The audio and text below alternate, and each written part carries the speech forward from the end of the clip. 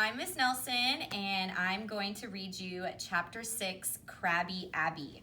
The next morning, Kirk hurried from the cloakroom and stuck a big piece of paper on my cage. It almost blocked my view of Og, which was not a bad thing. Once the other students settled in their seats, they started giggling and pointing, led by Gail, of course. Miss Brisbane looked puzzled until she glanced over at my cage. The sign read, "Help, I'm being held prisoner in room 26. "And who is responsible for this, as if I didn't know?" she asked. Kirk rose and took a bow as everyone applauded. I joined in, though I was the only one who knew I could never be a prisoner with my lock that doesn't lock. "Let's all sit down now," said Miss Brisbane, "and get back to poetry." Somebody made a very, very rude noise, and Miss Brisbane did not like that one little bit. "I heard that, Kirk, and I don't ever want to hear it again." During the rest of the week, we heard a lot more animal poems. Most of them were about frogs. One was about a dog, Miranda's. Saya wrote about a beautiful bird called a dove. Dove rhymes with love. Nobody wrote about hamsters. Aldo didn't mention City College again, and Tabitha still didn't talk to anybody except Smiley. I was looking forward to a change of scenery by the end of the week, a relaxing getaway to one of my classmates' cozy homes, one with plenty of heat and no frogs. On Friday, Miss Brisbane said, "I can't remember who asked me about taking Humphrey home this weekend." Miranda's hand shot up. "Yes, Miranda, I got the note from your father. That will be fine." I let out a little eek. I don't think anyone heard me. Everyone knows that I have a special place in my hamster heart for Miranda. After all, her name is Golden and I am a golden hamster. We both have lovely golden hair. But I have a terrible fear of her dog, Clem. I barely escaped a terrible fate the last time I went home with her, but could I do it again? Then it hit me. "Wait a second. Did you say father?" I squeaked, because when I went home with Miranda before, there was only her mom, and the dog, of course, and Fanny the fish. Miss Brisbane chuckled. "I guess Humphrey approves." I puzzled over this all afternoon. Sure enough, at the end of the day, a tall man called Mr. Golden arrived to pick up his daughter.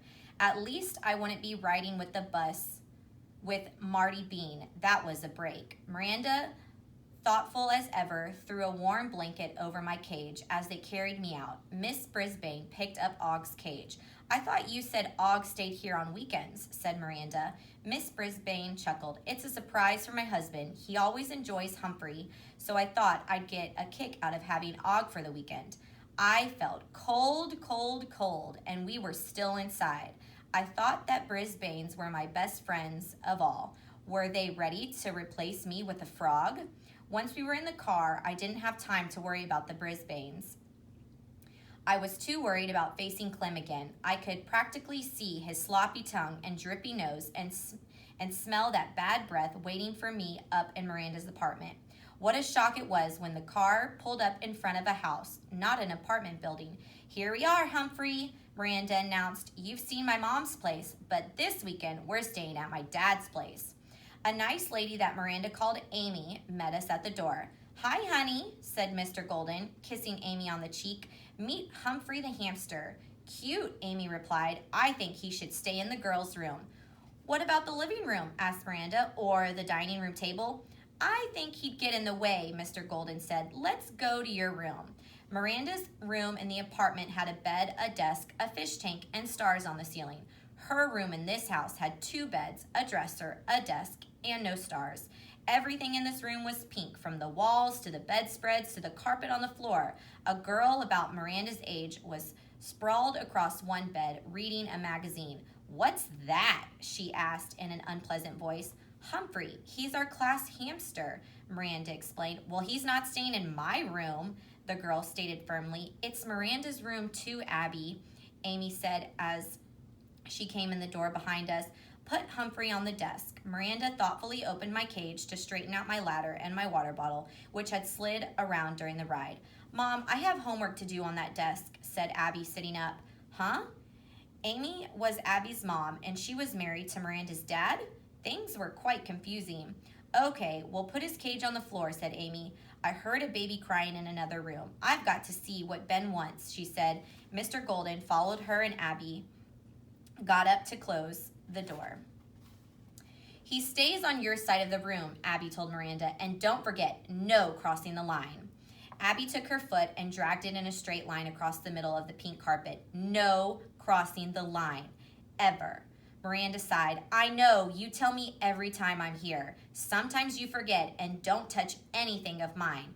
I never do, Miranda said. You used my barrette last time, said Abby. It was a mistake. It looks exactly like mine.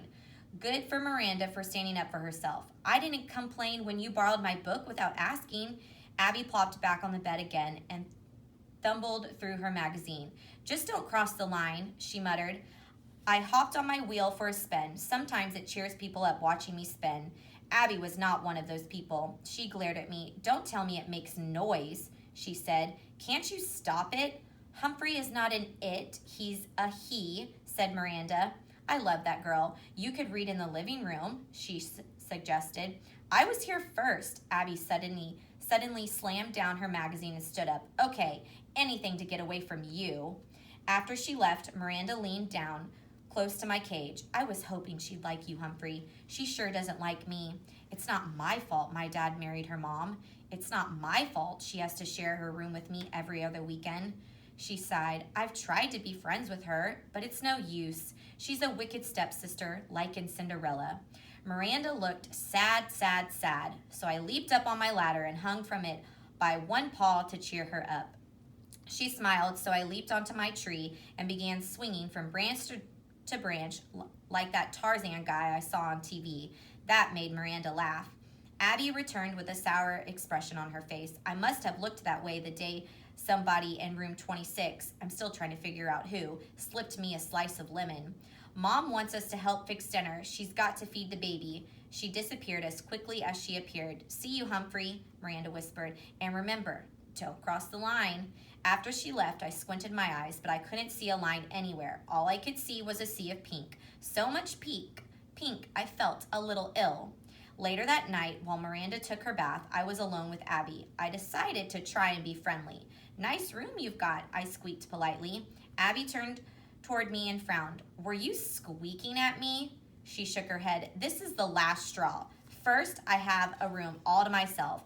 Then Mom marries him, and pretty soon I have a stepsister taking half my room and a new baby brother crying all the time, and nobody knows I exist. I'm supposed to be happy about the whole thing when it wasn't my idea, and now they've moved in a guinea pig? That wasn't a huge insult because guinea pigs are cute and furry like me, only not quite as cute. Anyway, I could see Abby's point. I wasn't happy about Og moving into room 26, and it sure wasn't my idea. The difference was Miranda is actually nice, and Og is, well, Og.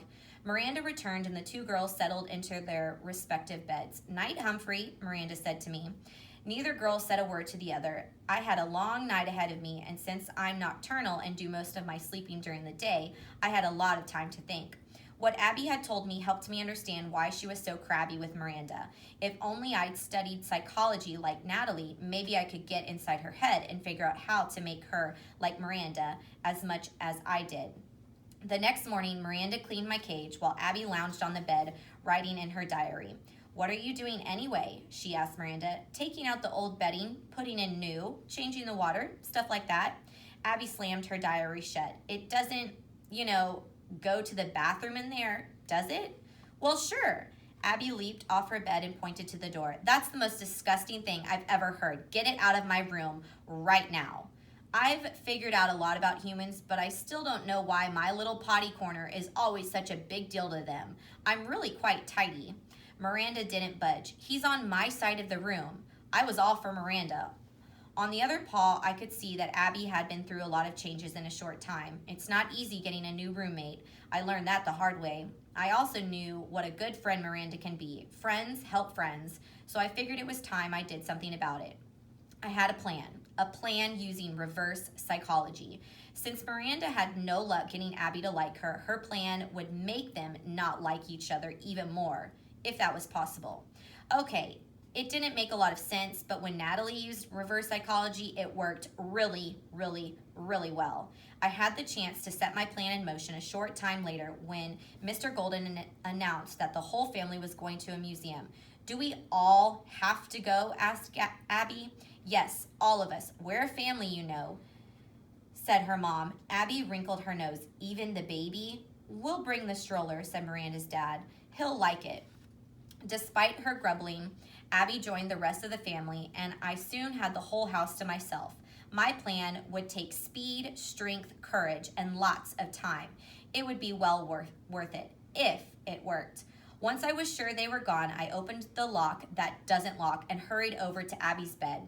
I had been studying it all morning and thought that if I grabbed on, I could climb the bedspread, paw over paw like a rope. I was huffing and puffing by the time I reached the top, but I made it. Sitting on top of the bedspread was the purple and pink striped pen Abby used to write in her diary. I gave it a big push and rolled off the bed and onto the floor.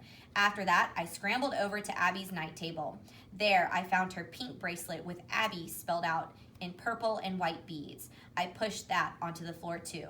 The next part of my mission was fun. I grabbed the edge of the bedspread and slid down, down, down really fast. I was far from finished. Next, I climbed all the way up Miranda's bedspread to get to her gold ring with the pink stone, which I pushed onto the floor, along with a red loopy thing she sometimes used to pull back her hair. You don't expect a guy hamster to know what it's called. I was halfway to my goal, and the hardest part of my plan was yet to come. All morning, I'd had my eye on a big ball of string on the desk. A long piece of the string hung down almost to the floor. I grabbed it and pulled as hard as I could. More and more string unrolled and fell to the floor. I chewed it off and set to work, looping the string around the pen and the bracelet. Then, holding the string in my teeth, I climbed up Miranda's bedspread again. Phew! Miss Bizbrain says exercise is good for you, but that was work. Once I was on the bed, I tugged on the string, pulling up the pen and the bracelet. Believe me, for a small hamster, those two items are very heavy. I carefully laid them both on Miranda's pillow where she couldn't miss them. As tired as I was, there was no time to rest. I slid down to the floor, looped the string around Miranda's ring and the hair holder, and pulled them up onto Abby's bed, laying them on her pillow. I'm happy to say those two items were not as heavy as the others. When the girls came back, Miranda would find Abby's belongings on her own pillow. Abby would find Miranda's things on her own pillow. I scurried back to my cozy cage and closed the door behind me. I wanted to be safe when the fireworks began.